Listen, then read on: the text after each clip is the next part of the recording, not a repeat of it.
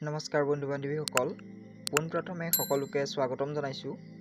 আজি আমাৰ ফাৰ্ষ্ট কুৱেশ্যনটো হৈছে আৰক্ষী প্ৰশিক্ষণ মহাবিদ্যালয় অসমৰ ক'ত অৱস্থিত? উত্তৰ দেৰগাঁও।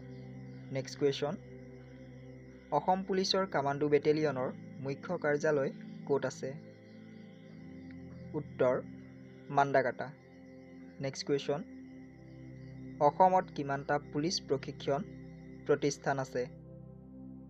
উত্তৰ 4টা। সশস্ত্ৰ আৰক্ষী প্ৰশিক্ষণ কেন্দ্ৰ APTC কেতিয়া স্থাপন কৰা হৈছিল? উত্তৰ 1974 চনত। নৰ্থ ইষ্ট পুলিচ একাডেমী ক'ত অৱস্থিত? উত্তৰ শ্বিলঙত। আৰক্ষী প্ৰশিক্ষণ মহাবিদ্যালয় কেতিয়া স্থাপন কৰা হৈছিল? উত্তৰ 1948 চনত। অসম পুলিচৰ কিমানটা টাস্ক ফ'ৰ্চ বেটেলিয়ন আছে? উত্তৰ 4টা। আমাৰ দেশৰ আটাইতকৈ পুৰণি অৰ্ধসামৰিক বাহিনীটোৰ নাম কি?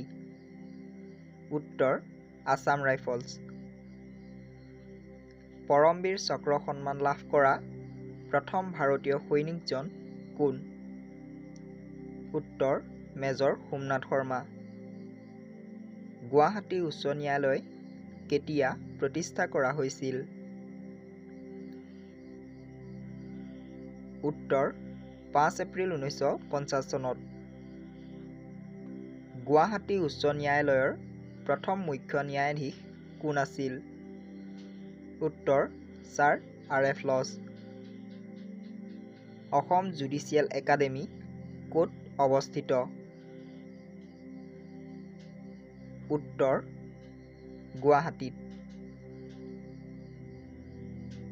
IPC 302 ধাৰাৰ অধীনত কি কাৰ্যৰ বিচাৰ হয়? উত্তৰ হত্যাৰ। IPC 420 ধাৰাৰ অধীনত কি অপৰাধৰ বিচাৰ হয়? উত্তৰ ঠগ প্ৰবঞ্চনাৰ।